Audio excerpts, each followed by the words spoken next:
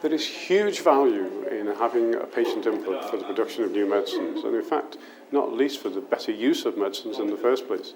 And in itself, me even being on this recording is an innovation in itself, because 10 years ago, we probably wouldn't be having this discussion with regard to patients and the patient's voice and so on. But there is no doubt that the design, the recognition of gaps in the market, the taking to market and the better use of the medicines that we are producing is much enhanced by having a patient input.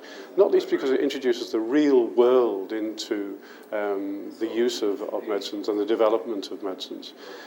And yet you still have to decide what type of voice do you need. And of course there's two basic types of voice. One is the humanitarian side, the actual effects of taking a drug or having an illness for which to take that drug, or the overarching view, where it'd be much more about the use of medicines generally and the requirement for better and newer medicines. But both are extremely valuable. And when you combine the two, you get a very powerful force, not only for better use of the medicines, but also for the better innovation of medicines, for the production of medicines. Because we know that the input from patients can influence enormously, not only the identification of new markets, but also for the better use of medicines in itself.